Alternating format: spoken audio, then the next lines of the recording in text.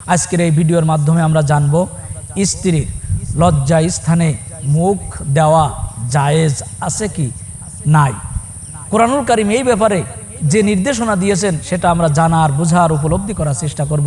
আল্লাহ রাসূল খুব সুন্দরভাবে সুন্নতি পদ্ধতিতে স্ত্রী সহবাস করার নিয়ম কানুন পদ্ধতি বর্ণনা করেছেন।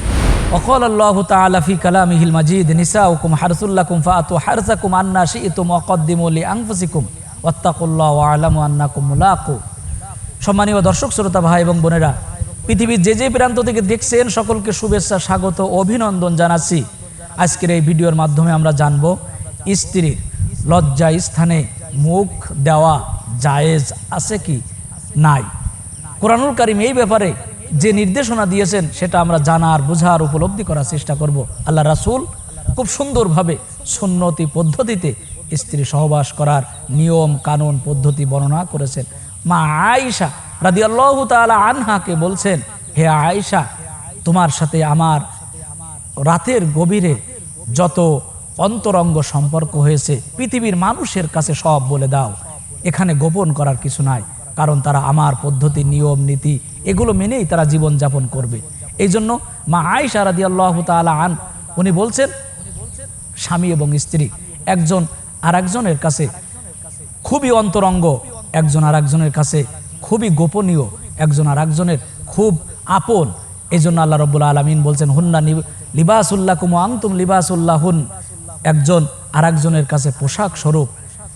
এই পোশাক আল্লাহ তাআলা বলছেন এই কারণে পোশাকের ভিতরে যেমন অঙ্গ প্রত্যঙ্গ যা কিছু থাকুক সেটা যেমন সেই মানুষের কাছে একেবারে ওপেন থাকে, তার সব জানা থাকে, ওয়াকিফাল থাকে, ঠিক একজন নারী আর একজন পুরুষ তাদের কাছেও সব বিষয়ে জানা থাকে। এই জন্য স্বামী এবং স্ত্রী উভয়ে তারা যদি সম্মতিক্রমে তারা তাদের রুচিশীল হয়, তারা তাদের মতামতের ভিত্তিতে যদি তারা ইচ্ছা পোষণ করে, তাহলে আল্লাহ রাব্বুল আলামিন বলছেন এই ব্যাপারটি সম্পূর্ণভাবে তাদের কাছে ছেড়ে দেওয়া।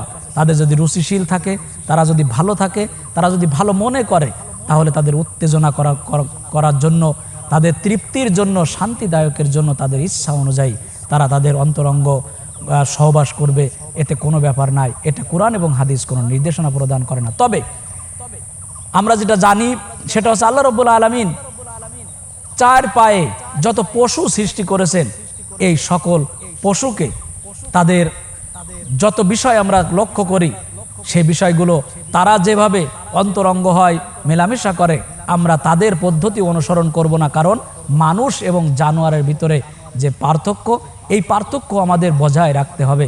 আল্লাহ তাআলা বিষয়টি বুঝার উপলব্ধি করার তৌফিক দান করুন, আমিন।